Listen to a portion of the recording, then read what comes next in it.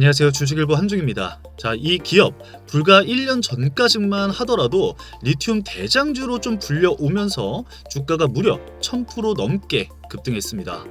자, 그런데 지금은 이 상장 폐지라는 단어가 현재 따라다니고 있는 상황이죠. 사기인가?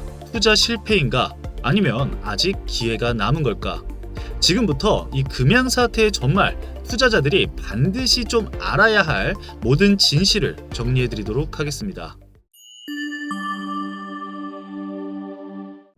자, 2023년 금양은 시장에 충격을 던진 공시를 내놓습니다.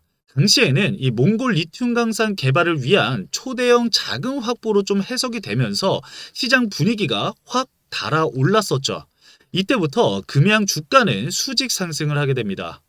많은 투자자들이 리튬 대장주라는 기대감에 뛰어들게 된 거죠.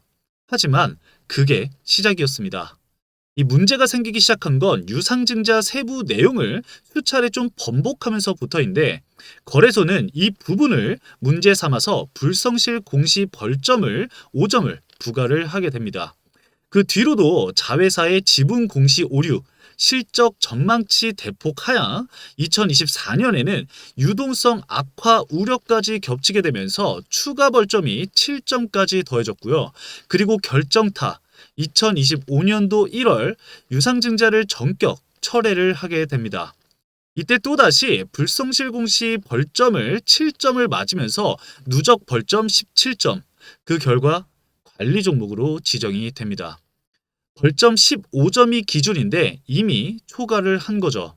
관리 종목이 된다고 하면 끝일까요?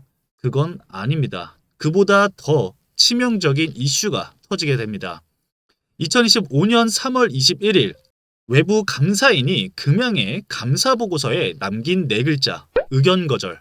이건 단순한 경고가 아닙니다. 상장 폐지 사유로 바로 직행할 수 있는 치명적인 판정인 거죠. 왜 이렇게 된 걸까요? 우선 금양의 2024년도 재무제표를 좀 살펴보면요. 영업손실 429억, 단기순 손실 1329억 원, 유동 자산보다 유동 부채가 6,341억 원이 더 많습니다. 간단하게 말해서 당장 갚아야 할 돈이 너무 많은데 갚을 돈이 없다라는 겁니다. 자, 그리고 가장 핵심적인 부분들. 계속 기업으로 존속 가능성에 대한 의문이 생겼다라는 겁니다. 감사인은 이런 구조를 보고 이 재무제표 신뢰할 수 없다라고 판단을 한 겁니다. 이게 바로 의견 거절의 본질이에요.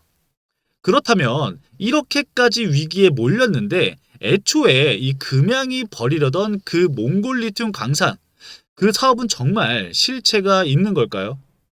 공식 발표를 우리가 좀 살펴보면요. 금양은 2023년 5월에 몽골의 이 몰라라는 현지 법인 지분을 60%를 인수를 하게 됩니다. 그리고 말하죠. 자, 우리가 직접 채굴한다. 몽골에 리튬을 생산을 할 거야. 하지만 여기서 충격적인 사실이 드러나게 됩니다. KPI 뉴스가 몽골 정부 자료를 통해 확인해 본 결과 이 몰라는 채굴권이 없다고 판정이 나온 상황입니다. 있다고 하더라도 이 탐사권 뿐이지 채굴할 수 있는 채굴권은 없다라는 거죠. 즉, 이 금양이 주장한 직접 채굴권은 현실적으로 현재는 불가능한 상황이다라는 말인 거죠. 그럼에도 금양은 IR 자료, 그리고 인터뷰, 공시 등에서 직영, 생산, 조만간 수출 같은 이 표현을 계속해서 사용을 하게 됩니다. 심지어 주주들을 데리고 이 몽골 현지 답사 프로그램까지 기획을 하죠. 최근에 이 몽골 현지 답사를 이미 진행을 했죠. 이건 비전이 아니라 실체 없는 사업으로 주가를 띄우려고 한 게 아닌가라는 의심을 받기 충분한 상황이라는 겁니다. 자, 이제 질문입니다. 금양은 상장 폐지를 과연 피할 수 있을까요? 사실 이론적으로 본다면 가능성은 있습니다. 단 전제 조건이 아주 까다로운데 그 전제 조건을 제가 간단하게 좀 말씀을 드려볼게요. 자, 먼저 첫 번째는 감사 의견 거절을 진행이 됐기 때문에 적정 또는 한정 의견으로 정정이 돼야 하고요. 재감사 요청을 통해서 회계 기준을 좀 충족을 시켜야 합니다. 자산 재평가, 유동성 확보 등 대대적인 구조 조정 역시 필요하다 라고 보시면 될 것 같고, 두 번째로는 이 기업 심사위원회를 통과를 해야 합니다. 금양은 계속 기업으로서 생존 가능성을 입증을 해야 하는데, 자금 조달 계획, 그리고 내부 통제 시스템 개선, 사업 실체 입증 등이 있어야 한다는 거죠. 자, 그리고 세 번째, 몽골 사업 실체를 명확하게 증명을 해야 합니다. 이 채굴권에 대한 보유 여부, 사실 이게 가장 중요하다라고 볼 수가 있을 것 같아요. 그리고 생산 일정, 수출 계획 공개, 정부 인허가 서류까지 전면적으로 공개를 해야 합니다. 자, 그리고 투자자 신뢰 회복 가능한 단 한 줄로 우리가 좀 요약을 해보자면, 회계부터 사업 실체까지 전면적으로 리셋해야지만 상장 유지가 가능하다라는 겁니다. 금양 사태는 단순한 주가 폭락 사건이 아닙니다. 이건 기업 공시가 얼마나 중요한가, 그리고 허위 기대감이 투자자에게 어떤 피해를 주는가를 보여주는 매우 강력한 사례라고 볼 수가 있을 것 같습니다. 자, 이제 여러분께 묻겠습니다. 여러분이라면 지금 금양과 같은 기업의 주식을 계속 들고 가시겠습니까? 아니면 이건 회생 불가능한 구조다라고 보시나요? 댓글에 여러분들의 의견을 남겨주세요. 제가 이 이슈 끝까지 추적을 하도록 하겠습니다.